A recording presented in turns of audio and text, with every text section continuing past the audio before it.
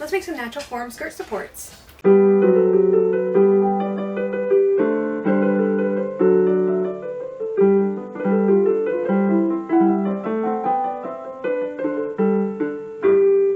everyone, I'm Caitlin and I teach old-fashioned sewing skills, and we're going to apply those today by making some natural form underwear. So what I need essentially is not much. I have this original, well, it was a disintegrating petticoat that before now the printer decides to start working. I started printing that 5 minutes ago, it hasn't started yet. But as soon as I start filming, it starts. But before I was really into not using original garments, I came across this old petticoat and I decided I was going to use it. So the top part was completely gone. It was really just this ruffle that was left. And so I put it on a brand new upper piece and did a waistband and all that. So waistband is a little bit too small for me. I need to take out the waistband, put on a new waistband, do buttons and buttonholes properly. And also I have a rip that I need to attend to.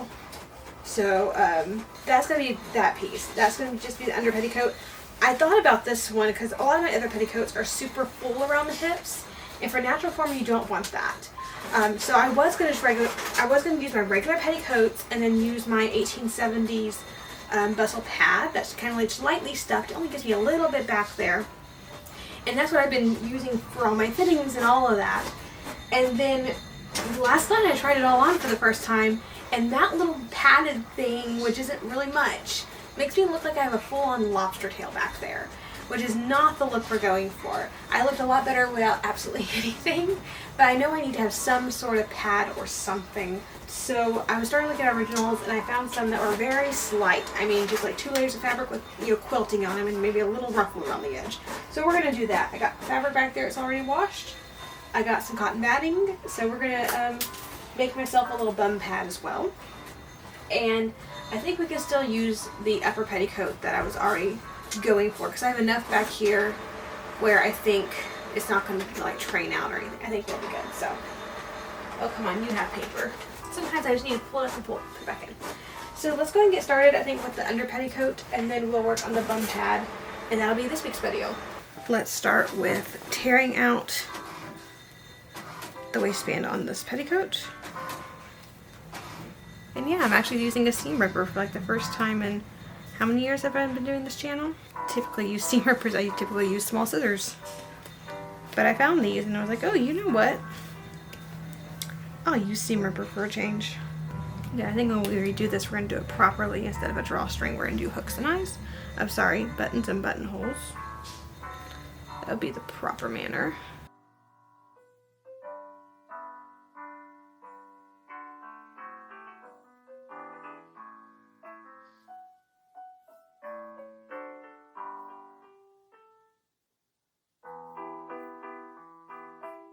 So I'm just going to rip out the whole thing, and we'll do new gathering thread, new everything.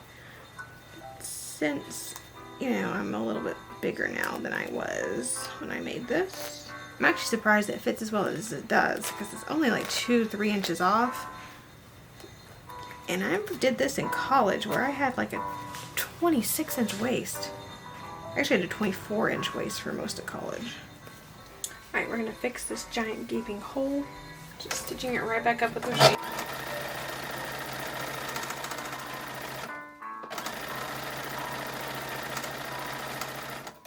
And yeah, I do have an original 1870s machine, but this is a little bit of a later petticoat, so I don't feel particularly like I have to. And also, that's a chain stitch machine, and the rest of this whole thing was sewn on a lock stitch, so I might as well use a lock stitch.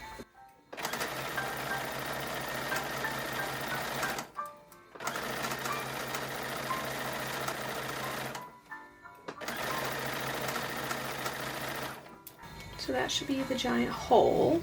Now this has been coming out for quite a while and I just keep not fixing it. So let's go ahead and sew this seam back up.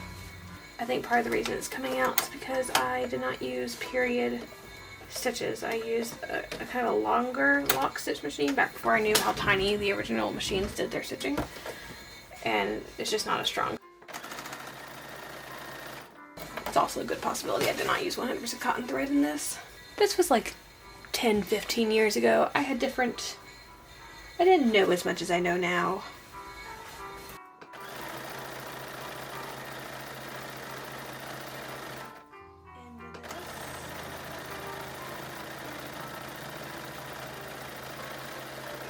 There we go. Still give myself a little bit of an opening. Alright, I did find a little tiny hole and I'm just going to whip it shut. I'm not going to do anything super fancy with this.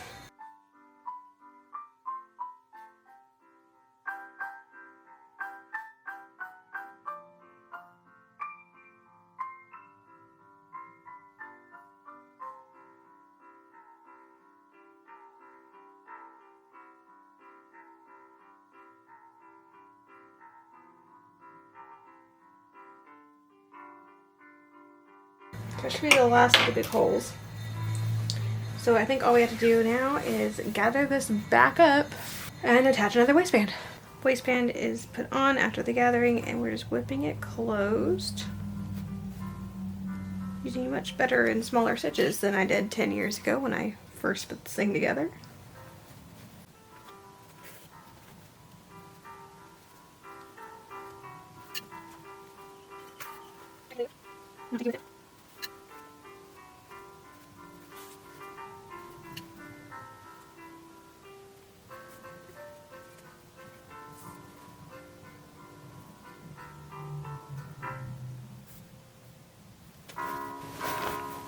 Flip it inside out so I can think which side do I want to put the button and which side do I want the buttonhole. So if it's behind me, this is buttonhole side. I had to do it by feel each time. And I had buttonhole scissors. I think they got put in a different room because I don't see them here. So we're gonna try using some regular scissors. This isn't the best way. I managed to cut myself more times doing this. Ah, there we go. Okay. That should be enough.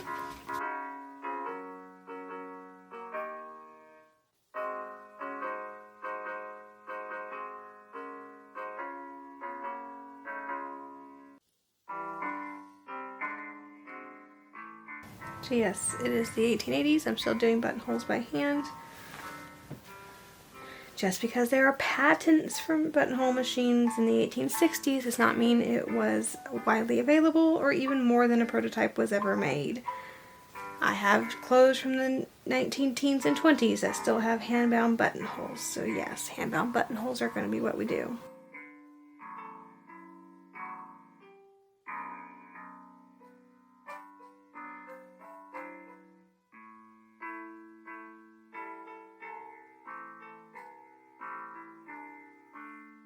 And the last step on the petticoat is of course adding a little button. I'm using a China one.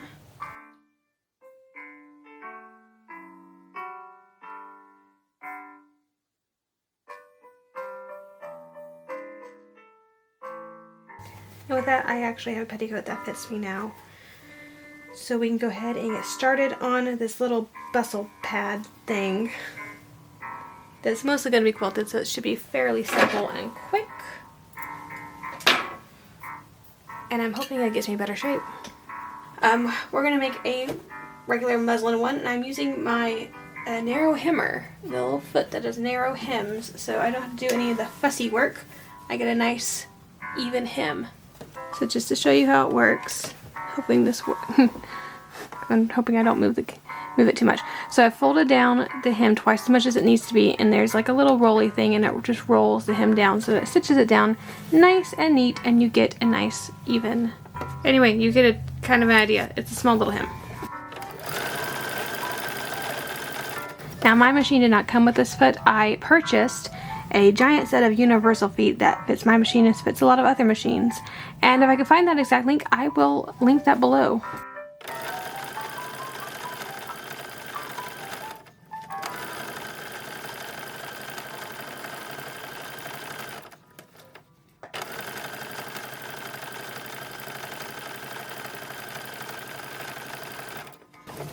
Anyway, oh, there it is in the back. You can see. Yeah, nice little narrow hem. So it's just, see how narrow it is. It's itty bitty. It does take a little bit of a learning curve to figure out how to use this thing, and I can never get the first inch to look right. So I have to like use a scrap bit of fabric at first. But once I get it going, it's real easy.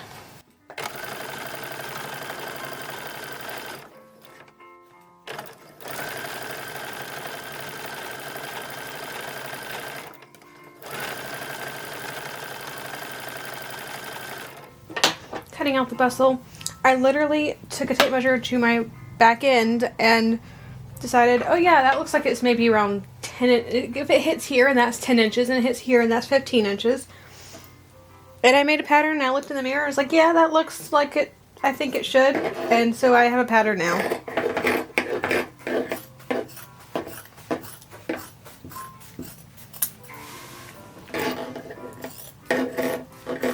Not exact, but it will do the job.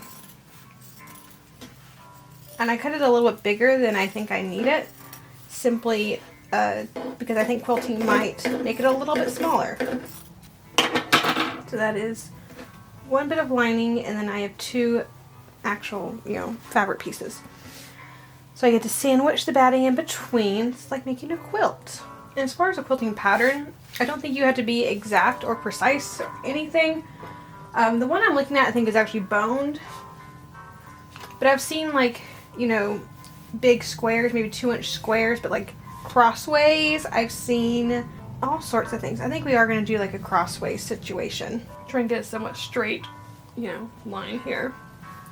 And I'm just going to go on the sewing machine and just, real quick, inspiration hit. And we are doing this as a quilting pattern. So basically just V's. I haven't done this little quarter here, but just like that. I started doing just that one thing, and I was only going halfway. Well, I started like right here and I kept going that way, and I was like, you know what I could do? Could make it a V. I don't think it's any less work than doing, the squares, but I like the look of it. So I just ended up doing whatever the width of my machine foot is, because that's really easy to measure by. It's really easy to measure by, okay, that's where my seam is, and that's where my edge of my parcel foot would go. To sew the next one. The ruffle is going on. And there's a little ruffle to the ruffle, so I put the gathering thread a good bit below where it, I guess where the edge is. It's going pretty well. And so whenever I stitch it down, I'll stitch it right on the gathering line. And it should be a nice and pretty little ruffle on top of my ruffle. Alright, so that'll get sewn just right around here, all the way around, and we put on a waistband and be done. Alright, I put a piece of inch wide twill tape on the very top all the way over to the ruffle. And what the illustration shows is about an inch wide waistband, whether that's twill tape or whether it's fabric, I don't know. And then it has a 1/2 inch, well, it does look like twill tape of some kind, that are tied in the front. So we're going to just stitch this in.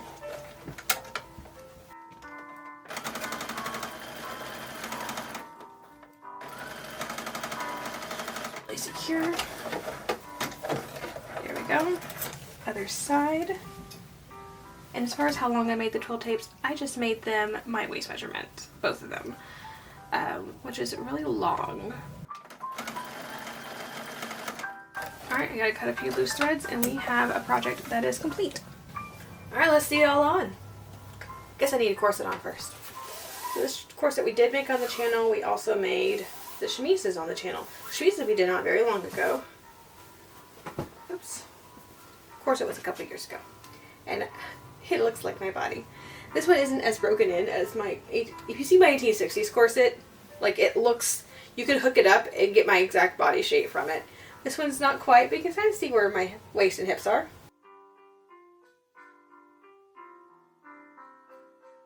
Do need to make a proper 1880s corset one day, like an over the bust situation. This one's kind of that, but not really. It's really a 70s corset. Alright, starting with the petticoat that we just put a new waistband on and mended, basically. So the antique one, which I think is actually a little later than 1880s. Oh, come here.